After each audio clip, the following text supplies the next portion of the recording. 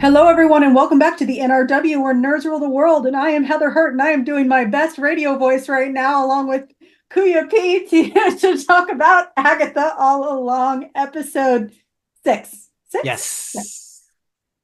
All right, sir. Before we get started, how are you doing today? You I feeling am witchy? I'm ready to go on the witch's road. Down, down, down the road, down the witch's road.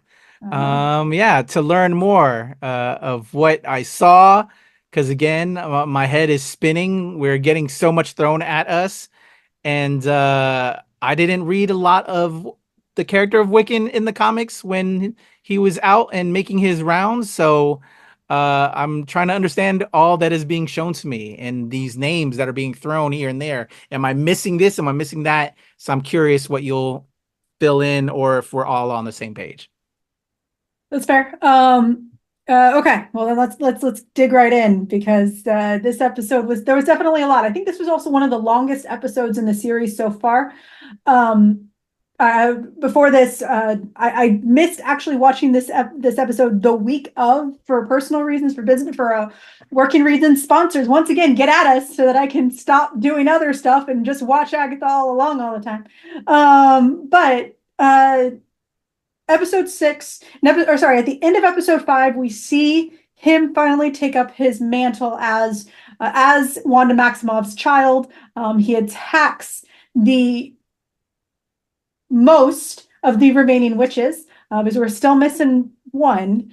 Um, and so we see us go back. We're going back in time and seeing Billy's or William's story. And we go all the way back to when he mentions it, what happened to him started at 13. And that would be for a young Jewish man, 13 would be when you get your bar mitzvah. And that's where it all began. That's where his story as Billy Maximoff began.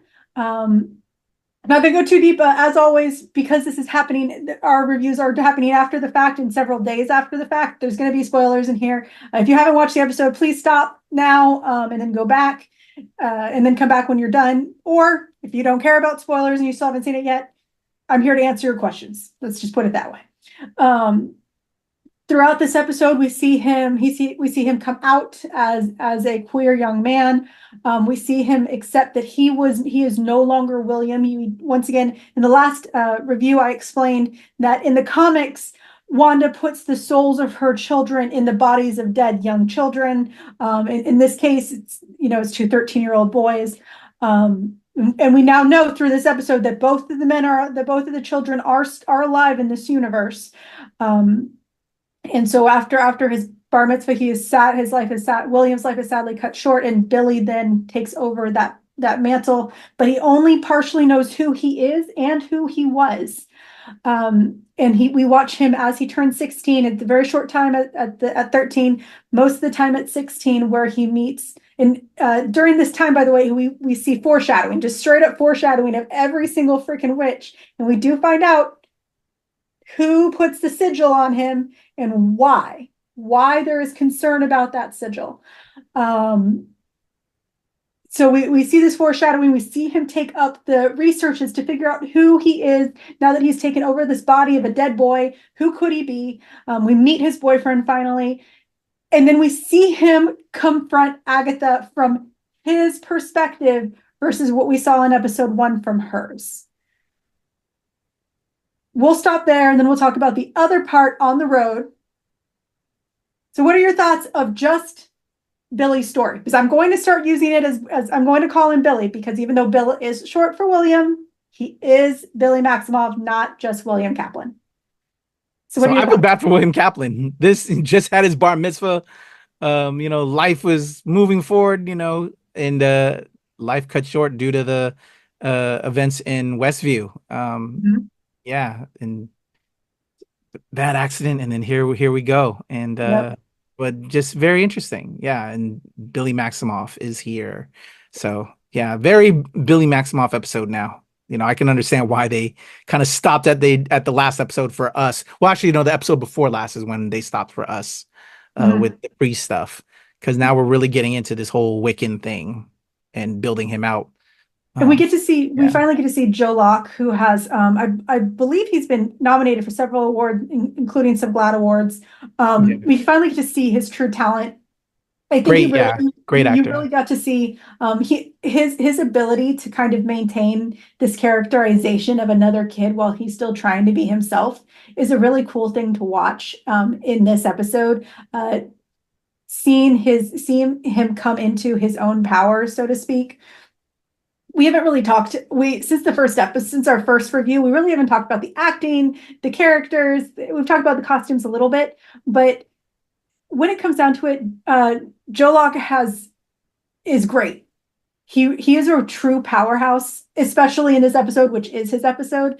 But then you get to see him combat and act against characters that he wouldn't, against professionals that someone his age would not usually be able to do. And I really want to give him credit for that before we get into the second part of the episode, which I think which actually really shows his acting chops.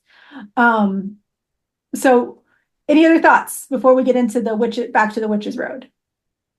Cool, cool. Just, I don't know if he's related or just really just any one type of family. Like there's no Mhm. connection. Like we're always looking for connections. And Yeah. so this is just a regular family Mhm. that just sadly loses their son, and now Billy Maximoff takes over.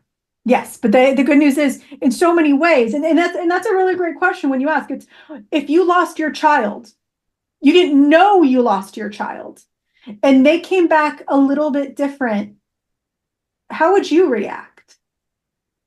Would Super you, sad, crushed.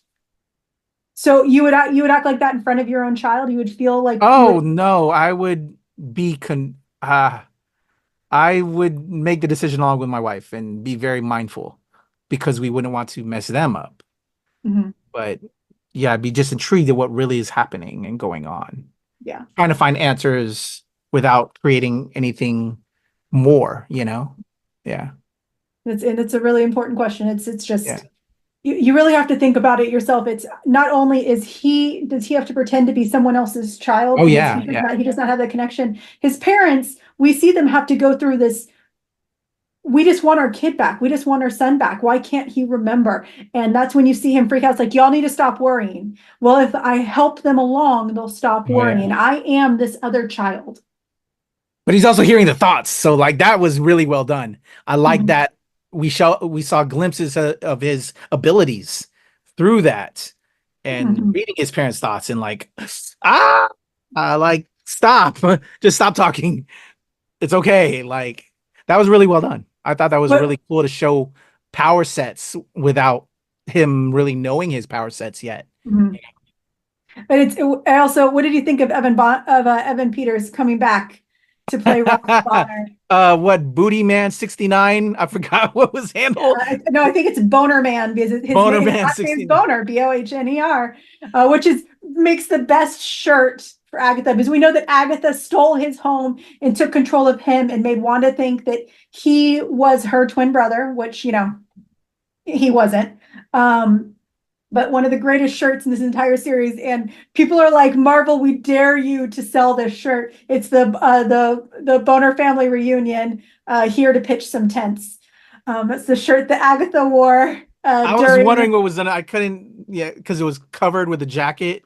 I was curious what it said under there. I don't know if we saw it or what, but No, I was, I was curious. you see it in this episode when she's interrogating Oh, Billy. it was open? Oh, Yeah. oh, I missed it. I missed it. I missed it. so That's so hilarious. Marvel, we dare you to sell and or give us one of those shirts. I'd greatly appreciate it if you just wanted to hand one over. The mouse says never. Make a penis joke. We're a family show here. Right, right. But having Evan Peters there, it's also a fun way to take a moment to remember that Westview remembers what happened. For the most part, they remember everything that occurred when their minds were being controlled. Um, they knew what was happening, where they were going, what they were seeing.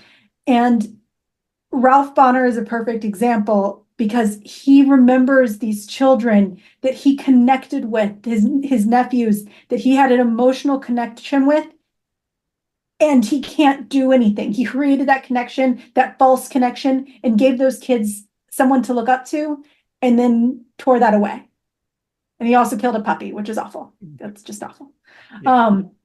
But it was really fun to see him. It was really fun to go take that moment to remember backwards that these are people that Wanda affected, and these are people that this is a person that Agatha, even worse, she took control of on purpose. And that also brings up, there's also another reference to a potential another witch in this episode, which I'll talk to Kuyafi about later because I don't want to confuse him even more in this specific stance. But there is a great another witch reference in the images of the flowers.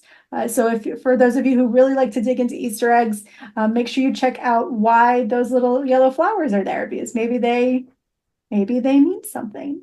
All right. So let's get back into it. Let's get on to the Witch's Road. So we are now there, and we see Agatha literally claw herself out of the dirt to get back to Billy. And when he's there, we see him break up the sigil because he can now say his name, and Agatha can now hear it. From that, she informs, he asks her the question, when did you figure out who I was? When did you figure out who I am? And Agatha said, I've kind of known for a while. Like, once again, she's kind of like every Marvel fan out there. We kind of knew already. But the only things you can do is you can take those small Easter eggs and go, yeah, that's him. That's him. And that also kind of points out that there's a lot of moments where she wanted him to be someone else, but she couldn't make that happen. And all right, so they're back on the Witch's Road. I guess you know what? I actually went too far. The boyfriend said something very interesting in the text message. Do you remember what he said? No, I missed that. Do you remember what the last witch was on the list that Lilia gave Agatha? The Last Witch? Yeah, do you remember what the symbol was? No. A black heart. And his boyfriend says that William is his little black heart. So there is a statement here that Isn't that a character? Isn't that one of the characters in like Marvel versus Capcom? no. I'm overthinking stuff. I think you're Come on. overthinking it. But there is a Blackheart character in Marvel, and he is a character in Marvel versus Capcom. Is there? I guess I don't remember. Yes. Blackheart? Yes, Blackheart, created by Anno Sensi and John Romita Jr. Oh, appeared in Daredevil I 270. don't know everything. Well, Blackheart, He's a demon created by Mephisto. What the fuck? Blackheart is a powerful demon created by Mephisto. He possesses vast inherent supernatural powers, including superhuman strength, speed, and endurance, which are magical in nature. Okay, well, we're not going to go that deep right now. That might be something in the future. You have me diving. I should not. I don't want to dive. I want to. I told him I wasn't going to dive into the other witch. You're making me look. I told him look. I was going to do it on purpose, and here we go. Anyway, once again, I don't know. It's like I don't remember Blackheart. There's so many fucking characters. I can only remember about 99.9% of them, guys. Don't be mad at me. All right. And you caused me to dive. I don't want to dive. I want to watch. I already told you I wasn't going to do it on purpose. So, anyway. So that I'm messing with you. That brings up the question. If Lilia said in her list that the last witch, the green witch, was the Black Heart, was that truly Rio? Is Rio truly the Green Witch, or is it Billy? Was Billy, because remember, the door did not open until Billy came downstairs. So was the true final character that was supposed to help them down the Witch's Road, was it always Billy, and did Agatha always know that? Billy's the Green Witch. Rio is Blackheart, an agent of Mephisto. No.